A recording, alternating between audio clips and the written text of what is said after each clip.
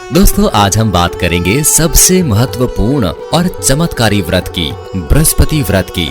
गुरुवार को भगवान बृहस्पति की पूजा का विधान है। इस पूजा से परिवार में सुख शांति रहती है, धन की समस्या दूर होती है और विवाह के लिए भी अगर कोई रुकावट आ रही हो तो भी गुरुवार का व्रत अति महत्वपूर्ण बताया जाता है।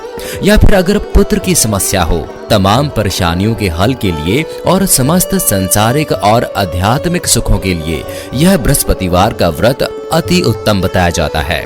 नमस्कार दोस्तों, मैं हूं आपका दोस्त रमन और स्वागत करता हूं आपके अपने चैनल मेहर डिवोशनल में। दोस्तों कमेंट बॉक्स में जय माता दी लिखकर जयकारा जरूर लगाइएगा और हमारे चैनल को लाइक और सब्सक्राइब भी जरूर करें। तो दोस्तों बात करते हैं व्रत शुरू कैसे करें, व्रत में क्या खाएं क्या ना खाएं, व्रत का उद्यापन कैसे करें। दोस्तों गुरुवार का व्रत अगर आप कम से कम 1 वर्ष तक रखते हैं तो पैसे रुपए की कमी आपको जीवन भर नहीं आ सकती।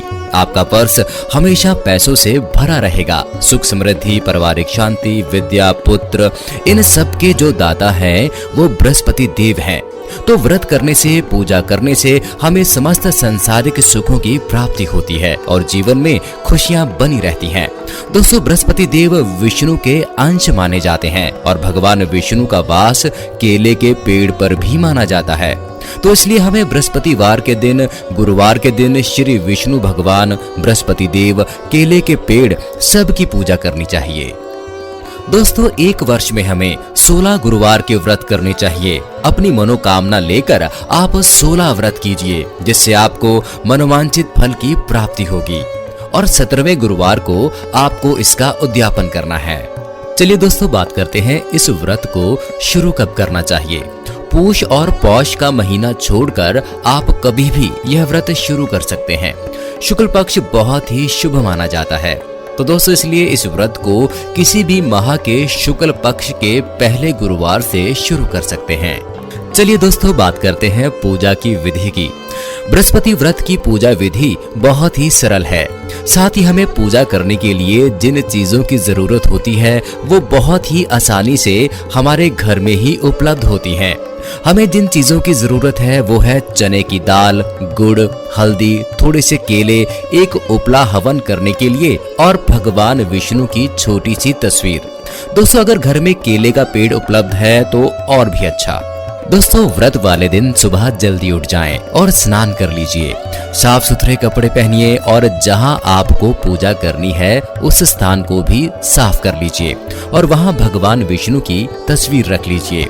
दोस्तों अगर आपको केले के पेड़ के नीचे पूजा करनी है तो वो स्थान भी आप साफ कर लीजिए और भगवान विष्णु की वहां पर भी तस्वीर रख लीजिए। अब हाथ में चावल और एक पीला फूल ले लीजिए। 16 गुरुवार के व्रत का भगवान के आगे संकल्प करिए।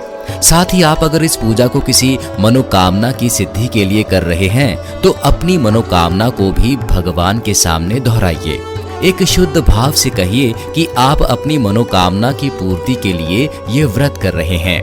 मेरी ये पूजा सफल करें और अगर कोई गलती हो तो कृपया मुझे क्षमा करें।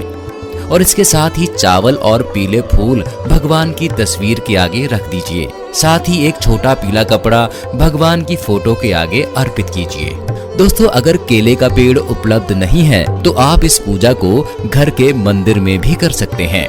दोस्तों पूजा करने के लिए एक लोटे में जल रख लीजिए और उसमें थोड़ी सी हल्दी डाल लीजिए। इसी हल्दी वाले जल से भगवान विष्णु को स्नान कराइए। और अगर केले के पेड़ के नीचे पूजा कर रहे हैं तो केले की जड़ में जल डाल करके स्नान कराइए। और अगर केले की पेड़ की पूजा कर रहे हैं तो इसी गुड़ और चने की दाल को केले की पेड़ की जड़ में डाल दीजिए। और दोस्तों भगवान विष्णु को तिलक करिए। केले के पेड़ को तिलक करिए, हल्दी चंदन लगाइए, पीले चावल चढ़ाइए, धूप दीप करिए, प्रसाद चढ़ाइए। केले के पेड़ को प्रसाद के रूप में आप सब अर्पित करिए। उसके बाद दोस्तों आपको कथा पढ़नी होती है। कथा की वीडियो भी आप सुन सकते हैं YouTube पर।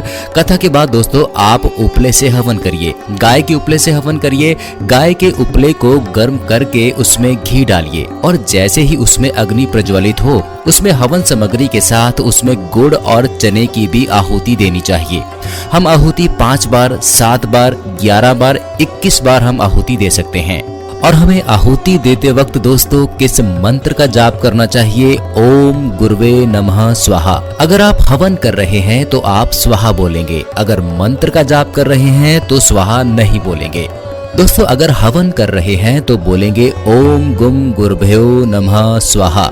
इस मंत्र के साथ आपको हवन करना चाहिए और उसके बाद आपको भगवान विष्णु की आरती करनी है, भगवान बृहस्पति देव की आपको आरती करनी चाहिए और अंत में आपको अपने मनोभाव के साथ क्षमा प्रार्थना करनी है। आपको कहना है कि हे भगवान, मैं आपकी पूजा अपनी मनोकामना पूर्ण करने के लिए कर रहा हूँ। मेरी परेशानियाँ आप खत्म कीजिए।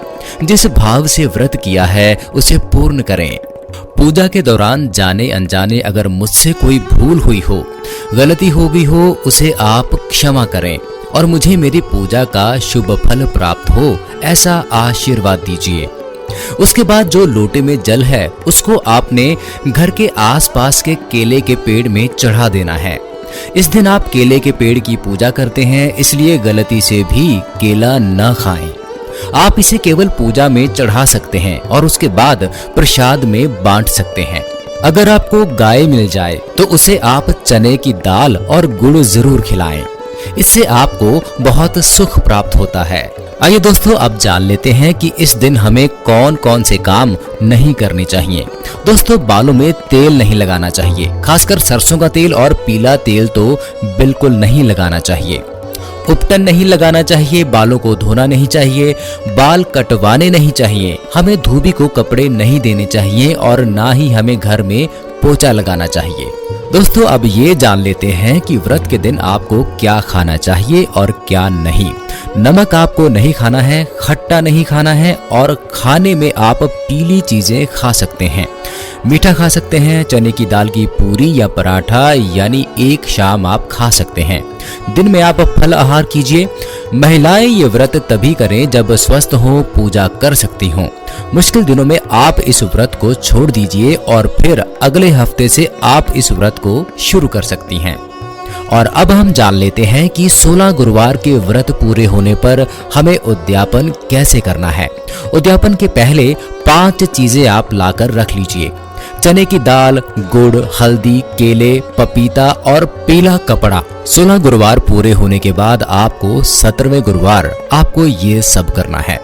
17वें गुरुवार को आप जैसे व्रत करते हैं, पूजा करते हैं, ठीक उसी प्रकार से आपको करना है और अपने संकल्प को भगवान के आगे दोहराइए कि 16 गुरुवार के व्रत आपने पूर्ण कर लिए हैं और आज पूजा का उद्यापन करने जा रहे हैं और पूजा में ये सारी सामग्री आप भगवान विष्णु को चढ़ा दें। चढ़ाने के बाद अगले दिन ये सारी चीजें आप किसी ब्राह्मण को दान में दे दें।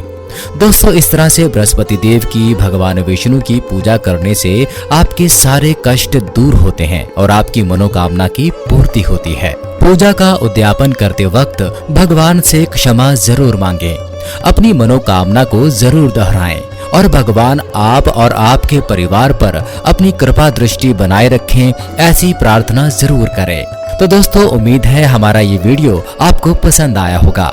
व्रत से संबंधित सारी जानकारी आपको मिल गई होगी। तो दोस्तों मिलते हैं अगले व्रत की वीडियो में, तब तक नमस्कार।